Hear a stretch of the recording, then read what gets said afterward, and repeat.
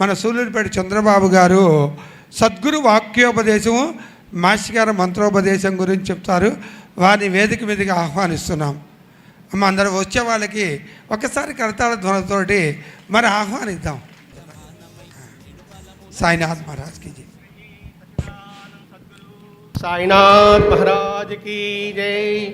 सद्गुरु भरद्वाज महाराज की जय. सद्गुरु मातृश्री అనసూయమ్మ की जय. गुरुदेव दत्त.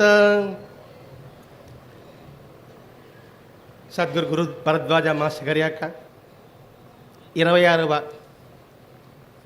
అఖిల భారత సాయి మాస్టర్ భక్త సమ్మేళనం విచేసిన సాయి బంధువులందరికీ హృదయపూర్వక నమస్కారం తెలియజేస్తూ, ఈరోజు మనమందరం ఇక్కడ సమావేశం కారణకర్త, ప్రేరణకర్త ఆచార్య ఇక్కడ భరద్వాజ మాస్టర్ గారు. కారణం ఏంటంటే, ప్రతి ఒక్కరిలో కూడా ఆత్మభావాన్ని పెంపొందించుకోవాలి, సోదర భావాన్ని, సహోదర భావాన్ని మనం నింపుకుంటూ ఒక వసుదైక కుటుంబంగా మారాలనే ఉద్దేశంతోనే ఈ భక్త సమ్మేళనం యొక్క నాంది అని మనం భావించాలి. ఇప్పుడు మనం కూర్చున్న ప్రదేశం త్రివేణి సంగమం. ఇంతకుముందు చెప్పే హరిగారు ఎక్కడో కుంభమేళ అని. ఇప్పుడు కుంభమేళలో త్రివేణి సంగమంలో జరుగుతుంది. అది మహాకుంభమేళ, ఇది మనందరికీ మహాకుంభమేళ. కారణం చెప్పుకుంటున్నాం, ఊరికే మాటలు చెప్పుకుంటే దానికి ప్రమాణం చూపించాలి కదా. సంగమం అంటే త్రివేణి, త్రివేణి అంటే త్రి అంటే 3, వేణి అంటే నదులు. ఎక్కడో చిన్న పాయగా పుడుతుంది నది, అక్కడి నుంచి మెల్లమెల్లగా మెల్లమెల్లగా పాగుతూ మహనీయుల్ని సందర్శించుకుంటూ మహాత్ముడిగా మారుతూ దైవాన్ సంపదుడిగా రూపుదిద్దుకుంటుంది. ఆ త్రివేణి సంగంలో మొట్టమొదటి నది గంగ. అంటే అలా మహాత్ముడిగా దైవాసంపదుడిగా రూపుదిద్దుకుని అనంతమైన విశాల సముద్రంలో లయమవుతుంది. ఇవన్నీ కూడా మనకి ఈరోజు ఇక్కడ ఉంది. ఎక్కడండి, ఎక్కడ నీళ్లు కనబడలేదు, ఎండగాస్తుంది, చెమట వస్తుంది, మీరు త్రివేణి సంగమం అంటున్నారే అని కూడా మనం భావించవచ్చు, మీరు అడగనవచ్చు. అది మామూలు చక్షువులకి కనిపించదు. అంతర్జీ చూస్తే, దర్శిస్తే ఇక్కడ ప్రవహిస్తున్న గంగ శ్రీ మాతృశ్రీ అనసూయమ్మ గారు. యమున మన ఆచార్య ఎక్కిరా భరద్వాజ గారు. సరస్వతి అంతలీనంగా దాగి ఉన్న మాస్టర్ గారి ధర్మపత్ని అయిన అలివేలు మంగతాయారు గారు. ఇదేంటండి, మీరంటే సరిపోతుందా? మీరు చెప్తే మేము తల్లూపాలనా? దానికైనా ప్రమాణం ఉందా అని కూడా మీరు అడగవచ్చు. గంగానది ఏంటి? పవిత్రము, పరిశుద్ధము, నిత్య నూతనము. మాతృశ్రీ అమ్మగారి జీవితం పరిశీలిస్తే మనకు అర్థమవుతుంది. గంగ ఎప్పుడు కూడా ఎన్ని సంవత్సరాలైనా సరే అందులో దుర్వాసన రాదు. మాతృశ్రీ అనసూయమ్మ గారు ఎప్పుడు ఇక్కడ కాలు పెట్టారు, ఎన్ని సంవత్సరాలు అయింది, మరి ఇంతగా ఒక కళాశాల కావచ్చు, ఒక ప్రతి ఒక్కటి కూడా గోశాల కావచ్చు, ఇవన్నీ రావడానికి కారణం ఏమిటి? ఆ పవిత్రత లేకపోతే అది ఎలా వస్తుంది? అంతేకాకుండా మాతృశ్రీ అమ్మగారి అంటే మాస్టర్ గారే రచించున్నారండి వింతల విశేషాలనే గ్రంథంలో. The voice of mother English అది దొరుకుతుంది ఇక్కడే. అది చూడండి, అది చదవండి. మాస్టర్ గారు అమ్మగారు సన్నిహితంగా ఉంటూ ఎటువంటి అనుభూతి చెంది ఆయన అనేక అంశాలు అందించారండి. అంతేకాకుండా అమ్మ పాదరేణువుతో అణువు పరిశుద్ధమైన ప్రదేశం ఇది. ఆ ప్రదేశంలో మనం ఉన్నాం. ఆ పవిత్రం ఎల్లప్పుడూ నిత్యనూతనంగా మనం ఉన్న ఈ 3 రోజులు ఏ భావంతో ఎప్పుడైతే తలుచుకుంటామో అంతగా మనం పునీతులం అవుతాం. ఇక్కడ మన ఎంట్రన్స్లోనే అమ్మగారు కనిపిస్తున్నారు. ఎలా?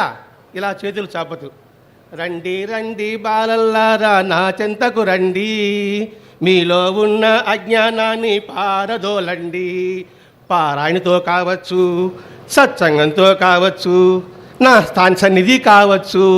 రండి రండి బాలల్లారా ముందుకు రండి అంటూ అమ్మ తన పిల్లల్ని ఒడిలో తీసుకున్నట్టుగా ఆహ్వానిస్తోంది. అందుకని గంగ, యమున మాస్టర్ గారు అనుకున్నాం. యమున మనకందరూ తెలుసు, వాసుదేవుడు తల మీద కృష్ణ భగవాన్ని పెట్టుకొని అలా వస్తున్నప్పుడు యమున దారిచ్చింది. సాయి కృష్ణుడు మనం ఎందుకు కొలుస్తున్నాం? సాయిని బూటీ నిర్మించిన మందిరంలో కృష్ణ మందిరం కృష్ణ రూపం పెట్టుకోవాలంటే అందులో నేను ఉంటానని చెప్పాడు. అందుకని సాయి కృష్ణ సాయినాథుడు. అక్కడ వసుదేవుడు ఎవరు? అజ్ఞానం అనే తలంపుడు. ఆ అజ్ఞానం అనే వ్యక్తి తల మీద సాయి కృష్ణని పెట్టుకున్నాడు. ఒకటి ధర్మము, ఒకటి ప్రేమ. ఎప్పుడైతే అది తల కాదండి, తలంపులో పెట్టుకున్నాడు. ఎప్పుడైతే తలంపులో ధర్మము ప్రేమ ఉంటుందో భరద్వాజ మహర్షి గారు మనకి చక్కటి దారి యమునాదిగా అలా దారి ఇచ్చారు. అంటే మన తలలో వెంట్రుకలు కాదు, లోపల తలంపులో ధర్మము ప్రేమము అది ఎప్పుడైతే ఉంటుందో మన సరైన గమ్యానికి అది తెరుస్తుంది. మహర్షి గారు ఆ యమునలో మనకు ఒక దారి శిఖలాగా మనకి గమ్యానికి చేర్చడానికి ఆయన చూపించిన రాచబాట ఇప్పుడు చెప్పారు పూర్చరావు గారు.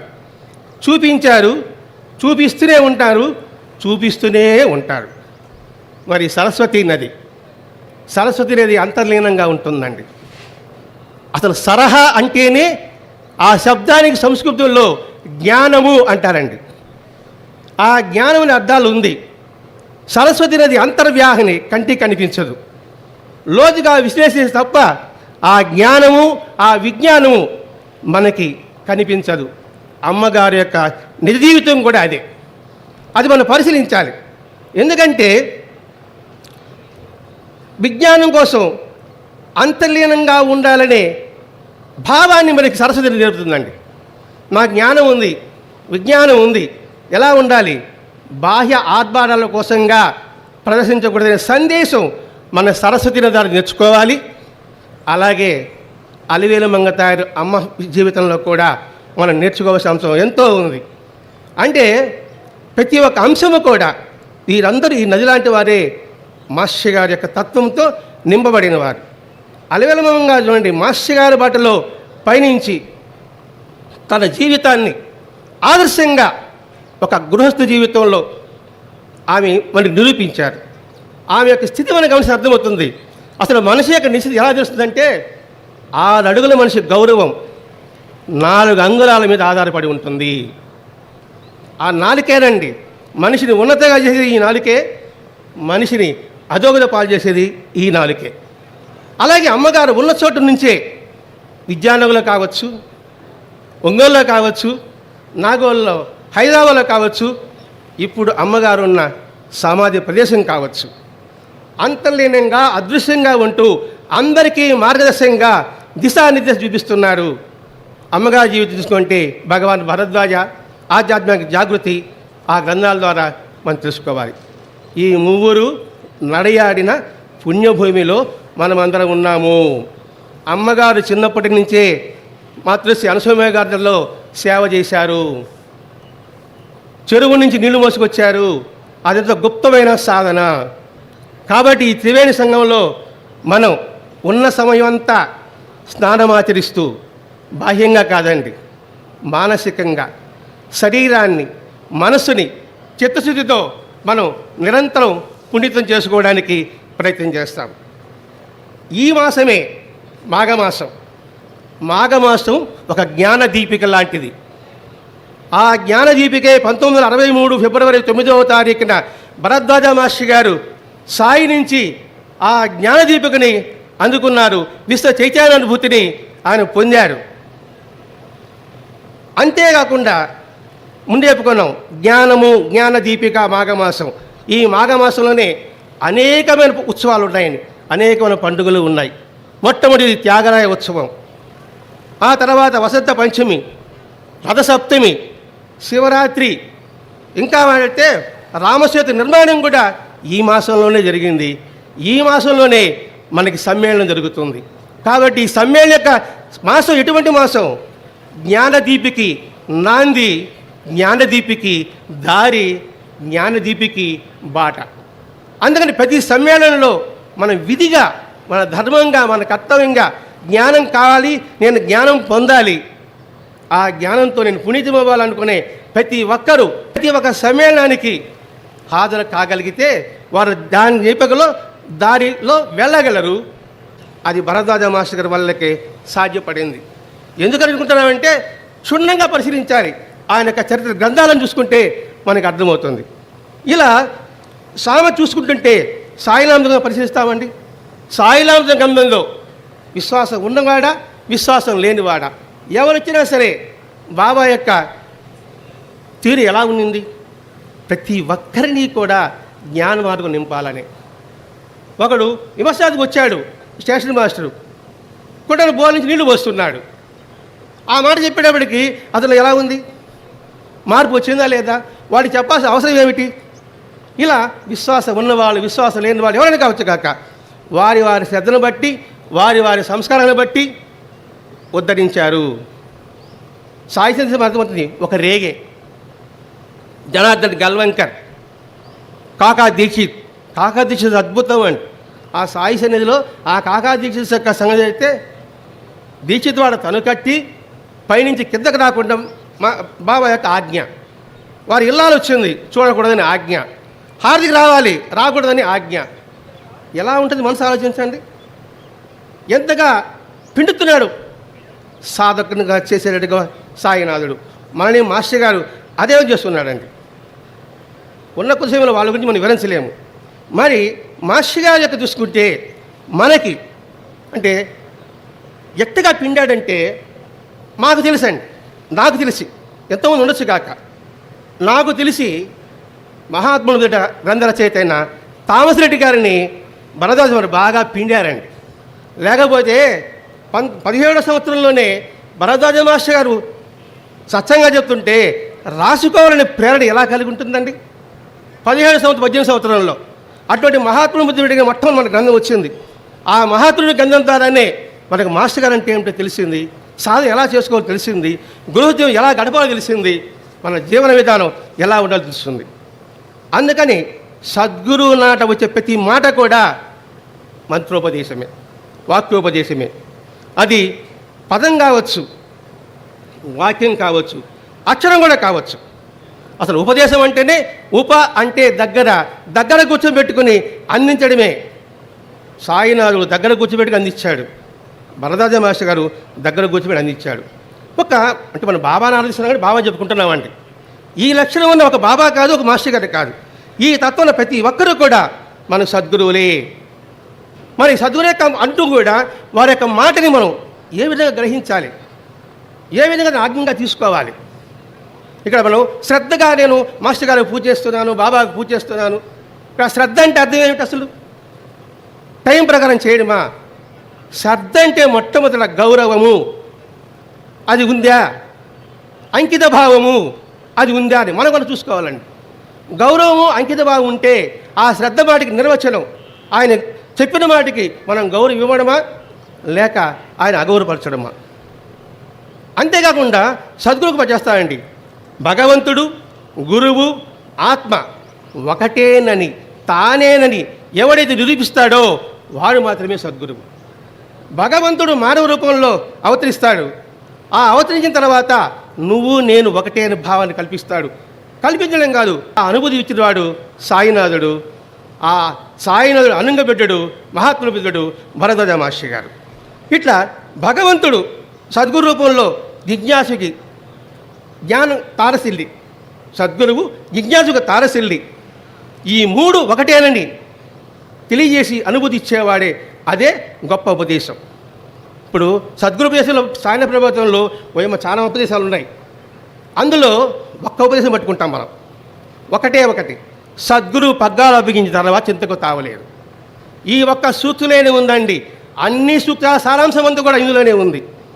భగవద్గీత సారాంశం అంతా కూడా 4వ అధ్యాయం 34 శ్లోకంలో తద్దిది ప్రణిపాతైన శ్లోకంలో ఏ విధంగా ఇమడబడి ఉందో ఆ శ్లోకాన్ని సాయినాథుడు ఏ విధంగా దాన్ని వెలుబడికి తీశాడో అదేవిధంగానే మనము మాస్టర్గా చెప్పిన ఈ సూక్తుల్లో సద్గురు పగ్గాలు బిగించిన తర్వాత చింతకు తావలేదు అంటే పగ్గాలు అప్పగించడం అంటే మన సంస్కరణ కోసం సద్గురు ప్రసాదించే ప్రతిదీ ఔషధంగా ప్రేమతో స్వీట్గా కాదండి, ప్రతి ఒక్కటి ఔషధం మందుగా తీసుకోవాలి.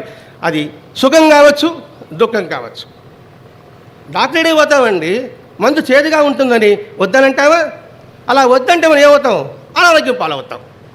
అలాగే సద్గురు యొక్క ఉపదేశం ఔషధంగా ప్రేమతో ఎవరైతే స్వీకరించుకుంటారో అది పగ్గాలు అప్పగించడం అంటే. అంతేగాని ముక్కు మూసుకొని ఏదో ఆముదం తాగినట్లుగా విధిగా బలవంతంగా స్వీకరించడం మాత్రం కాదు. ఈ ఒక్క సూక్తిలోని మన జీవితాలను సంస్కరించుకుంటే ఉత్తమమైన మానవులుగా తీర్చిదిద్దబడతాం. ఇక్కడ మానవుల పదం వాడుతున్నానండి. మానవ, ఉత్తమమైన మానవ, మా బాగా పట్టుకోండి. మనిషి నా, మా అంటే మాయ, నా అంటే లేకుండా, వా అంటే వర్తించడం. మాయ లేకుండా వర్తించేవాడు మానవుడు. మనిషి మనసున్నవాడు మనిషి, మానవత్వం ఉన్నవాడు మనిషి. నేను మనిషిని చెప్పుకొని పైన దాళ్ళు కట్టుకుంటే ఏమవుతుందండి? పైన పడ్డారం లోనటం అవుతుంది. అంటే ఇప్పుడు అన్ని సూక్తులు ఉన్నాయి కదా, ఈ ఒక్క సూక్తులనే గొప్పగా చెప్తున్నారే. అమృతం ఎంత కావాలండి? ఒక చుక్క చాలు. ఉదాహరణకి మనం శుభకార్యాల్లో, అశుభ కార్యాల్లో దర్భలు వాడతాం. ఏమిటి? ఒక దర్భకి ఎందుకు అంతటి ప్రాముఖ్యత? ఏముంది ఆ దర్భలో? ఎండిపోయిన పుల్ల, దానికి ఎందుకు అంత ప్రాముఖ్యత వచ్చింది? అమృతం తీసుకుపోతాడు గరుచుపుంజ అంటారండి, ఎవరు పెట్టారు లేదు. ఆ దర్భల మీద పెట్టాడట కాస్త అలుపు తీసుకోవడం కోసంగా. ఆ పెట్టడంలో ఒక చుక్కలో 1000వ వంతు పడిందేమో, అందుకని ఆ దర్భ పునీతమైంది. అలాగే మహాత్మ చెప్పిన వాక్యం ఒక్కటి తీసుకుంటే చాలు, ఆ ఒక్కటి మనల్ని పునీతం చేస్తుంది. దర్భను ఏ విధంగా అయితే అశుభాలు వాడతామో, గుర్తు చేసుకుంటామో, మన జీవితంలో సుఖంలో దుఃఖంలో కూడా ఆ అమృత బిందువు లాంటి దర్భ మీద పడిన మహాత్మ యొక్క వాక్యోపదేశాన్ని మనం తీసుకోగలిగితే మనము కూడా పునీతులం కాగలం. అంటే ఆ అమృత చుక్క పట్టుకోవాలంటే ఏం చేయాలండి? వర్షం చుక్క పడుతుంది, నేల మీద పడుతుంది, తామరాకు మీద పడుతుంది, ఆలు చిప్పులో పడుతుంది. నేలలో పడి ఇంకిపోతుంది, తామరాకు మీద పడి ముత్యంలాగా మెరుస్తుంది.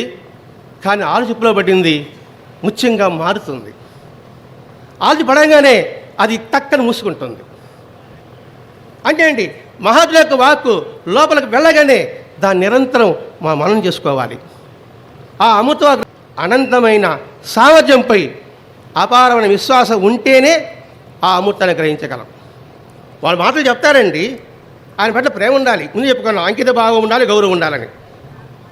అంతేకాకుండా ఆయన అపార జ్ఞాన సంపన్నుడు అనే దాని మీద మనకు విశ్వాసం ఉండాలి. అంతేకాకుండా ఆయన సద్గురుడు అనే దానిపైన విశ్వాసం ఉండాలి. అది ఉంటే మనము ఆ అమృత బిందువుని మనం ఆస్వాదించగలం. అంటే అది తెలుసుకోవాలన్నా కూడా వివేకం ఉండాలండి, వివేక ఆలోచన తత్వం కలిగి ఉండాలండి. అలా ఉండగలిగితేనే తెలుసుకోగలం.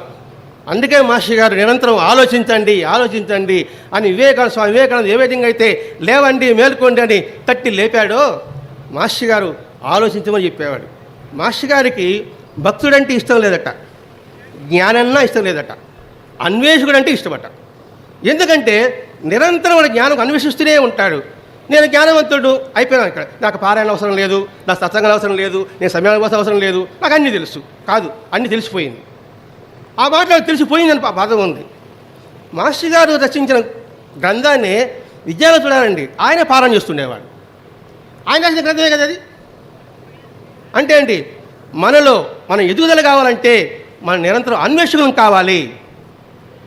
అదే కదా బాబా చేతుల్లో నలుగురు అన్వేషిస్తున్నప్పుడు ముగ్గురేమో బయట వెళ్ళిపోయారు, ఇంకా బాబా ఏమో సరెండర్ అయ్యాడు. అంటే ఏంటి? గురువు తను మన ధన ప్రాణాలను అర్పించి మన కర్త నిర్వర్తించాలని చెప్పాడు బాబా అండి. ఇక్కడ తను అంటే శరీరము, మనం అంటే మనస్సు, ధనం అంటే ధనం ఎవడిస్తాడండి? ధనం యొక్క అర్థం ఏమిటి? మన పరిమితమైన అజ్ఞానాన్ని గురువుకు సమర్పించు. జిడ్డు మాట్లాడతాడండి, మన అజ్ఞానం కాబట్టి అజ్ఞానంగా గురువుని మనం ఎన్నుకుంటామనే సంగతి. కాబట్టి మన పరిమితమైన ఆ జ్ఞానాన్ని మనం గురువుకు అర్పించగలిగితే మనం పునీతులం కాగలం. 1963 ఫిబ్రవరి 9వ తారీఖున మన భరద్వాజ మహర్షి గారు సాయికి అర్పించారు. ఆ సద్గురు సామర్థ్యాన్ని పొందాడు. తాత్కాలిక సుఖసంతాల కోసంగా సద్గురుని కోరడం ఎటువంటిదంటే మన కాళ్ళ మీద మనం నిలబడ్డానికి, అలా లేకపోతే అప్పు తీసుకుని భుజించడం లాంటిది. బాగా ఆలోచిస్తే మనం కోరే కోరికలు అన్నింటిలో కూడా దుఃఖం వృద్ధి ఉందా, దుఃఖం నివారణ ఉందా? ఎవరు కూడా ఆలోచించుకోవాల్సిందండి. మనం కోరే కోరికల్లో దుఃఖం పెరుగుతుందా, దుఃఖం తగ్గుతుందా?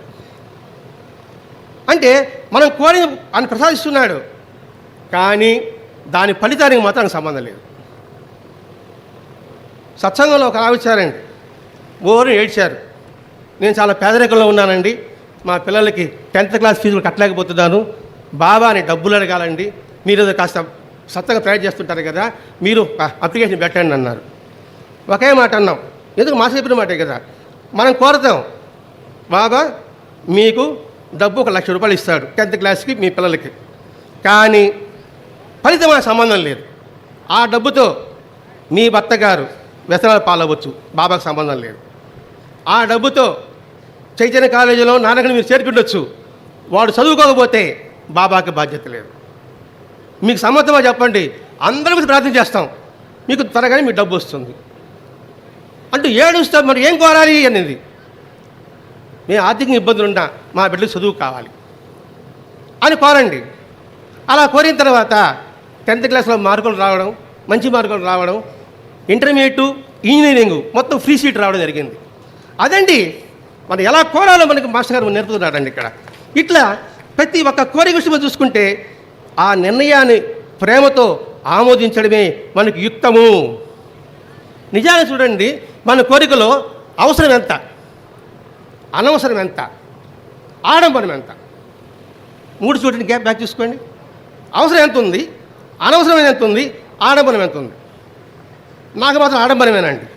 సూపర్ మార్కెట్ పోయినా ఏదో ఒక చిన్న ఆయిల్ ప్యాకెట్ కొనడానికి అందరూ బకెట్ ఎత్తుకుని పోతూ ఉంటారు, ఒక ప్యాకెట్ ఏమి ఎత్తుకుని పోతామా, అసలు షేమ్ అనిపించింది.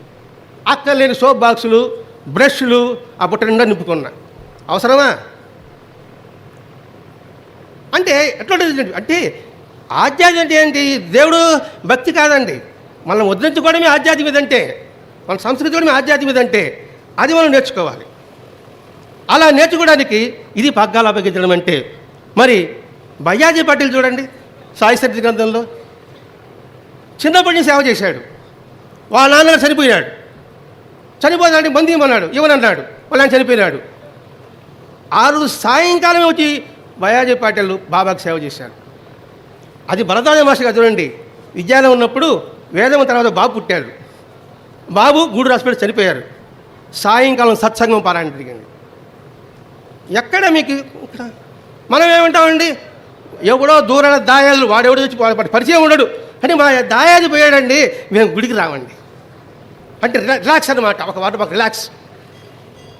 మనం ఏం గ్రహించినట్టు అంటే ప్రతి ఒక్క విషయం కూడా మనకి సాయి సన్నిధి గ్రంథంలో మనకు దొరుకుతుందండి.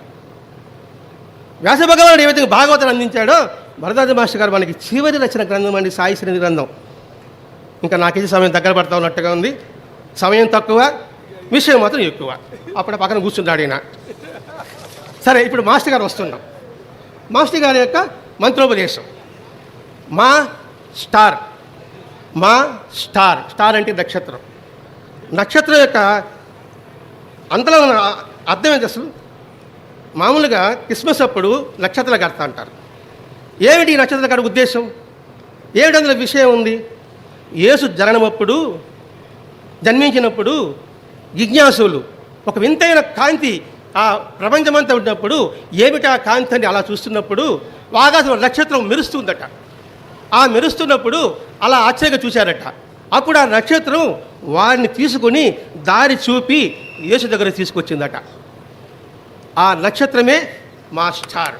బాగా గమనించాలండి. ఇక్కడ అల్లకల్లోలం పడుతున్న మనకి దేవుడు దెయ్యం తెలియదంటప్పుడు మాస్టర్ గారు కనబడి, ఒరే భక్తి అంటే ఏదో టెంకాయ కొట్టడం, బొక్కుకోవడం, అంతేగాని గొంతెం కొరకు కొరడం కాదని ఆయన అసలే ఆధ్యాత్మికత ఒకడు ఉన్నాడు, రండి రారండి అంటూ మనకి బాబాని పరిచయం చేశాడండి. ఇక్కడ మంత్రం అంటేనే మననం, ఉపదేశం అంటేనే మనం వివరించుకున్నాం. మాస్టర్ గారు మంత్రం అంటే ఆయన ఉపదేశం, మంత్రమే మనడం. మరి ఆయన మాటని నిరంతరం మనం చేసుకుందాం. ఆయన మాటని మంత్రాన్ని 3 ముక్కలు చెప్పుకుందాం. 1 మానవత్వం అనే శక్తి. మానవత్వం లేని దైవత్వం శుద్ధదండగంటున్నాడండి. మానవత్వమే ఒక శక్తి, అది అనంత శక్తిగా మారుతుందండి. అది ప్రాక్టికల్గా చేసిన వారికి అర్థమవుతుందండి. 2వది నిరహంకారం అనే భక్తి. అహంకారం లేకుండా ఉండడమే భక్తికి పరాకాష్ట. అందుకే పాదాలను ఆశ్రయించండి, మన తలని ఆయన పాదాలకు తాకండి అని ప్రతి ఒక్క దేవాలయం చెప్తున్నారు. వెంకటేశ్వరం చూసారండి? వెంకటేశ్వరం యొక్క నిలువుతీరు ఎలా ఉంటుంది? ఒక చెయ్యి కింద చూపిస్తుంటుంది పాదాలని, ఒక చెయ్యి నేను చేర్చుకుంటానని చూపిస్తుంది.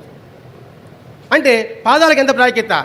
నిరహంకారం ఉన్న వ్యక్తి మాత్రమే భగవంతాన్ని దర్శించగలడు. 3వది నేను మానవుడనే స్పృహ. అది కలిగి ఉంటే అదే మనకి ముక్తి. ఈ 3 మోక్షానికి రక్తి. అర్హతలు మోక్షం ఉంటే పరమానందంగా ఈ సుఖదుఖాలని సమానంగా స్వీకరించడమే ఆనందో బ్రహ్మ. మాస్టర్ గారి సంకల్పంలోని ఈ 3 మనం భుజాలు వేసుకోవాలండి. 1 మానవత్వం, 2 నిరహంకారం, 3 మానవుడినే స్పృహ. అది ప్రతి ఒక్కరూ సంచితులు కావాలి. దానికి వేదిక సమ్మేళనం కావాలి. ఈ సమ్మేళనం అంటే ఎందుకు ఊరికే కాదండి. ఎందుకు సమ్మేళనం ఎందుకు? ఈ సమ్మేళనం అది ఒక వేదిక కావాలి. అంతేగాని ఏదో సమ్మేళనకు వచ్చాం, ఏదో సమ్మేళనం నిర్వహించాం అని ఎట్లా అంటే కాదండి. సమ్మేళనకు ఉద్దేశం ఏంటి? సాయి మాస్ యొక్క ఉద్దేశాలని ప్రతి ఒక్కరూ ఉత్తమ గుణాలుగా తీర్చిదిద్దుకొని ఒక వేదిక కావాలి, అదే వేడుక కావాలి. అందరూ ఏకదాటిగా ఒకే మాస్టర్ గారి మాట, ఒకే మాస్టర్ గారి బాట మీదనే మనం అందరూ నడిస్తేనే ఈ సమ్మేళనం యొక్క పవిత్రతను కాపాడుకున్న వాళ్ళు అవుతాం. లేకపోతే ఈ సమ్మేళనంతో కూడా గెట్ టుగెదర్ లాగా అయిపోతుంది, ఒక ప్రదర్శనలాగా అయిపోతుంది. చివరిగా అమ్మగారి దగ్గర వస్తున్నాం. అమ్మ అంటేనే ఎవరమ్మ? అనసూయమ్మ, మాతృశ్రీ అనసూయమ్మ. గంగ కూడా చెప్పుకోవాలి కదా. అమ్మ అంటేనే అంతులేనిది, అన్నింటికీ ఆధారమైనది. మనకి 3 అమ్మలు కనబడతారండి. 1 భూమాత, 2 గోమాత, 3 మనకు జన్మనిచ్చిన మాత. ఈ 3 మాతల ద్వారానే మనం సద్గురు ఉపదేశం మనం పొందగలము. చూడగలిగితే పొందగలమండి, చూడలేకపోతే ఏం పొందగలుగుతామండి? అసలు ఒకటే అమ్మ, ఒకటే అంటండి. అందరూ సమానమే, నేనే ఆత్మను, నేనే బ్రహ్మను అని అనుభూతి కలిగించేది ఏదైతే ఉంటుందో అది మాత్రమే ఉపదేశము. అటువంటి వాళ్ళు ఇప్పుడు లేరు. అందుకని ఉపదేశం పరుగులెత్తు వద్దని బాబా చెప్పాడు. మంత్రం ఎక్కడదని, ఆ తంత్రం ఎక్కడదని వెంకటేశ్వరం చెప్పాడు. అదే అమ్మగారు చెప్తున్నాడు. దైవం అంటే జ్ఞానాన్ని అనుభూతి చెంది అనుభూతి ఇవ్వడమే. ఉన్నది ఒకటే జ్ఞానం. ఆ జ్ఞానాన్ని తప్ప ఇంకేమైనా తెలియజేయడమే ఉపదేశము అంటే. అంతేగాని చెవులో ఊదడం కాదు, నెత్తిన చేయి పెట్టడం కాదు. ఉపదేశం 3 రకాలు. 1 స్పర్శ, 2 దృష్టి, 3 మౌనం. స్పర్శ కుక్కుడి దీక్ష అంటారండి. దృష్టి అంటే తాబేలు చేపలాగా, మౌనం అంటే దక్షిణామూర్తి. ఈ 3 ద్వారానే ఉపదేశం. అజ్ఞానం తొలగించండి అమ్మా అని అడిగారు మాతృశ్రీ అనసూయమ్మ గాని. అమ్మంటారు, మీరంతా జ్ఞానస్వరూపులు కనిపిస్తున్నారే అనేసి. ఇంకేంది జ్ఞానం చెప్పేది అక్కడ? ఇంకేంటి అజ్ఞానం ఉంది అక్కడ? అంటే అందరూ తన రూపా చూసేవారికి మాత్రమే అలా చెప్పగలరు. అందుకే బాబా ఇప్పుడు బాబు అని పిలిచేవాడు, మాయి అని పిలిచేవాడు, రమణ మహర్షి వారు అని పిలిచేవాడు. ఇలా ప్రతి ఒక్కటి ఏదైనా చెప్పండి, అమ్మ ఏదైనా బోధించండి అంటే ఊరికే మాటలేం ప్రయోజనం అన్నారమ్మ. ఊరికే మాటలేం ప్రయోజనం? ఏది అవసరమో అది చేయడమే, అది బోధ అంటే. ఇప్పుడు చెప్పుకోవడం అనవసరమా ఆడంబరమా అని అదేగా చెప్తానండి. వట్టి మాటలు కట్టి పెట్టి గట్టి మేలు తలపెట్టబోయి, దేశం అంటే మట్టి కాదోయ్, దేశం అంటే మనుషులోయ్, దేశంలో ప్రేమించుమన్నా, మంచి అనేది పెంచుమన్నా, అదే సూత్రం. ఆ సూత్రం పట్టుకున్నా కూడా చాలు. ఇంకా చిన్న ఎగ్జాంపుల్ అండి. అమ్మగారికి చీర జాకెట్ పెట్టాలని ఒకరు తీసుకొచ్చారు. జాకెట్ కుట్టుకొచ్చేశారు. ఆ చూస్తే అమ్మగారికి అది సరిపోదేమనిపించింది. తర్వాత లోపల పోయారు, అమ్మగారు సరిపోయింది. అప్పుడు అమ్మగారు ఒక మాట అంటే, నా ఆది ఎవరికి తెలియదు. చాలా గూఢార్థం ఉండండి ఇది. ఆదంటే కొలత కాదు. నా ఆది ఎవరికి తెలియదు, అందరి ఆది నా దగ్గర ఉంది. ఎంత గొప్ప పాటలండి. అందరి ఆది నా దగ్గర ఉంది అంటే నేనే ఆది అమ్మను. అనసూయమ్మ చెప్పిన మాట అండి. ఎందుకంటే ఆ ప్రదేశంలో ఉన్నాం మనం ఇక్కడ. 2 నిమిషాలు అయిపోతుంది. ఆయన ప్రబంధంలో ఉన్నాం మనం ఇక్కడ. అంటే ఏంటి?